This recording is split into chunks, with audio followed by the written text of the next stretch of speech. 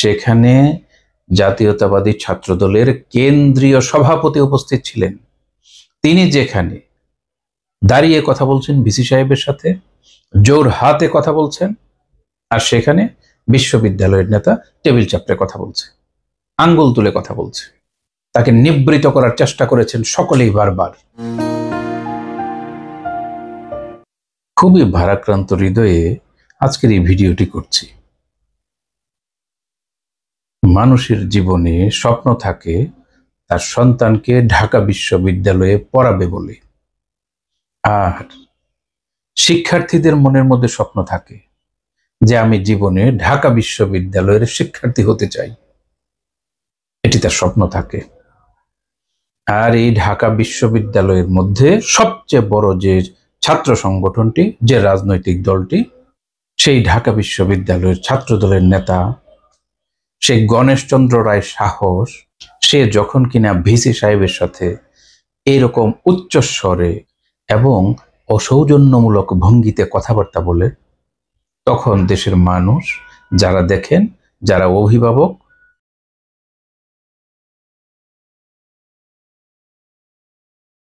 তারা কষ্ট পান। এই ঢাকা বিশ্ববিদ্যালয়ের ঐতিহ্য রয়েছে, সেটি সকলেরই জানা।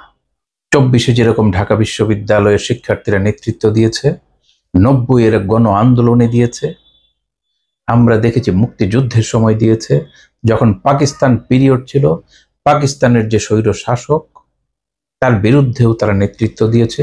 এই ঢাকা বিশ্ববিদ্যালয় কখনোই পিছিয়ে ছিল না। আমরা ঢাকা বিশ্ববিদ্যালয়ের ছাত্র নেতাদের কাছ থেকে, শিক্ষার্থীদের কাছ থেকে দায়িত্বশীল আচরণ আশা করি। ঘটনাটি সকলেরই জানা যে নির্বাচন চলছে, ডাকসু নির্বাচন, সেই নির্বাচনের মধ্যে ভিসি সাহেব সিনেট ভবনে, ঢাকা বিশ্ববিদ্যালয়ের সিনেট ভবনে এই নির্বাচন সংক্রান্ত মিটিং করছিলেন। সেই মিটিং এর মধ্যে উপস্থিত হয়েছে সেই ছাত্রদল নেতা সাহস, ঢাকা বিশ্ববিদ্যালয়ের সভাপতি। সে এর পরবর্তীতে মিডিয়াতে যে বিষয়টি ছড়িয়ে পড়েছে তা সকলেরই দেখা, তা সকলেরই জানা।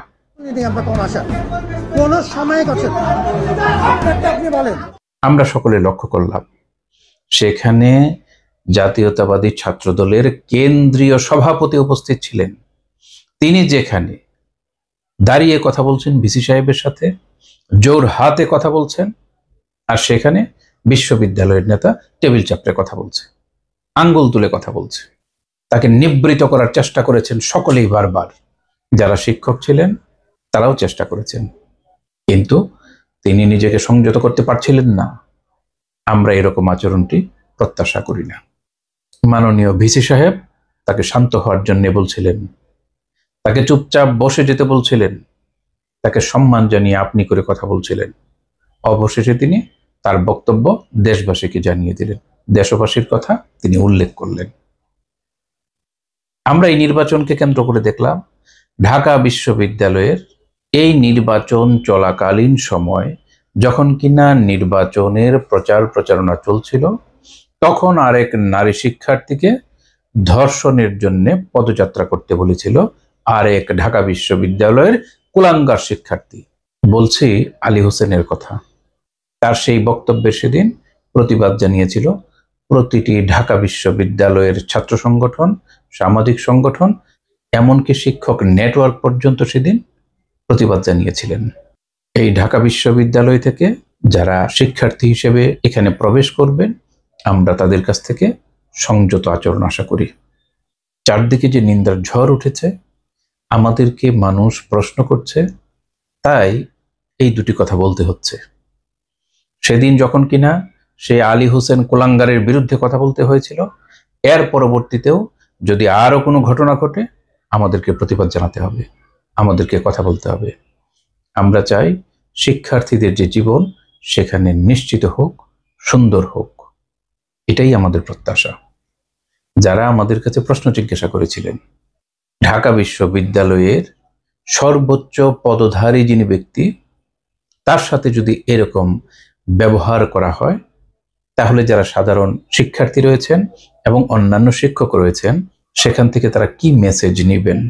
অনেকে জিজ্ঞাসা করেছেন, এটি কি রাজনৈতিক সংস্কৃতি? জবাবে বলছি, আমি যেরকম আইনের উচ্চতর বিভাগের শিক্ষার্থী ছিলাম, তেমনি রাষ্ট্রবিজ্ঞানেরও শিক্ষার্থী ছিলাম। রাষ্ট্রবিজ্ঞানের ভাষায় মানুষ রাজনৈতিক জীব। মানুষ তার জীবনের সমস্ত শিক্ষা শুধু পরিবার থেকেই পায় না। এই পরিবার থেকে বের হয়ে সে যখন সর্বোচ্চ বিদ্যাপীঠে যায়, সেখান থেকে সে বহু কিছু শিখে। জীবনের যে বাকি চলার পথ, সেই চলার পথ কিভাবে চলতে হবে তা সে সেখান থেকে শিখে। তেমনি যিনি রাজনৈতিক জীব হিসেবে রাজনৈতিক দলের কর্মী থাকবেন, প্রতিটি রাজনৈতিক দলের কর্মীদের ভেতরে অন্যান্যদের প্রতি যে সম্মানবোধ, যে সহমর্মিতা, তার যে আচরণ, সেগুলো শিখতে হবে। যদি রাজনীতি করার ভেতর দিয়ে সেই শিক্ষাগুলো সে অর্জন করতে না পারে, তাহলে এই যে রাজনৈতিক জীবন, আমরা বলবো সেটি ব্যর্থ। রাজনৈতিক দলেরও সেই দায়বদ্ধতা রয়েছে। তার যে রাজনৈতিক কর্মী, সেই কর্মীকে যেরকম রাজনৈতিক আচরণ বিধি, রাজনীতি সম্পর্কে জ্ঞান, সেগুলো তাদেরকে শেখাতে হবে, তেমনি তাকে ম্যানারটাও শেখাতে হবে। পরস্পরের প্রতি যে আচরণ, সেই বোধটাও শেখাতে হবে। এতদিন মনে করা হয়েছিল সেগুলো বোধহয় শেখানোর আর কোনো প্রয়োজন নেই, কিন্তু এখন দেখা যাচ্ছে যে রাজনৈতিক দলের অভ্যন্তরে রাজনৈতিক কর্মীদের সেই আচরণ বিধিমালাও শেখাতে হবে, অন্যথায় তারা প্রশ্নের সম্মুখীন হবেন। আমরা বলতে চাই, এই সাহসের কাছ থেকে অন্যায় যে দুঃসাহসিক আচরণ ভিসি সাহেবের প্রতি সে করেছে, সেটি আমরা প্রত্যাশা করি না, মেনেও নেব না, এবং ভবিষ্যতে আর কারো কাছ থেকে সেটি আমরা প্রত্যাশাও করব না। এই 2024 সালের যে গণতান্ত্রিক গণ অভ্যুত্থান হয়েছে, এই গণ অভ্যুত্থানে যারা অংশগ্রহণ করেছেন, তারা বাংলাদেশকে নতুন করে বিনির্মাণ করতে চান। তারা পছন্দ করেন না যে ঘাড়ের রক ফুলিয়ে, গায়ের শক্তি দেখিয়ে, পেশি শক্তি দেখিয়ে আরেকজনকে তিনি কথা বলবেন। নতুন প্রজন্ম সেটা পছন্দ করবে না। আর যারা আমরা অভিভাবক হিসেবে আছি, আমরাও সেটা পছন্দ করি না, আমরাও সেটা মেনে নেব না।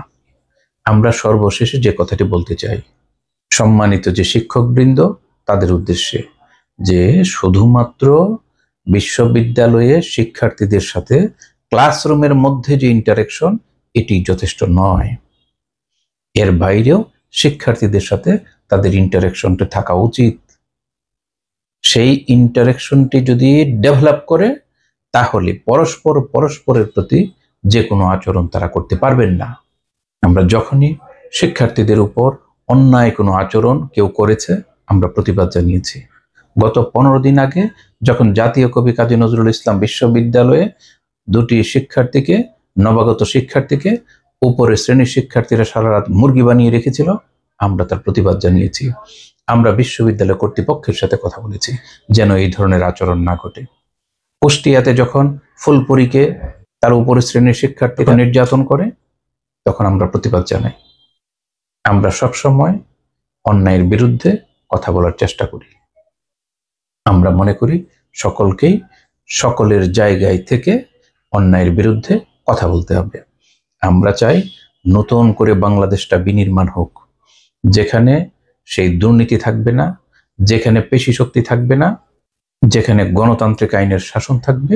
আমরা এরকম একটি সমাজ চাই, এরকম একটি সমাজে বিনির্মাণ করতে চাই। আপনার চোখের সামনে যদি কোনো অন্যায় সংগঠিত হয়, আমাদেরকে জানাতে পারেন। ভিডিওর নিচে লিংক দেয়া রইল। আমার বক্তব্য শোনার জন্য সকলের প্রতি ধন্যবাদ ও কৃতজ্ঞতা প্রকাশ করছি।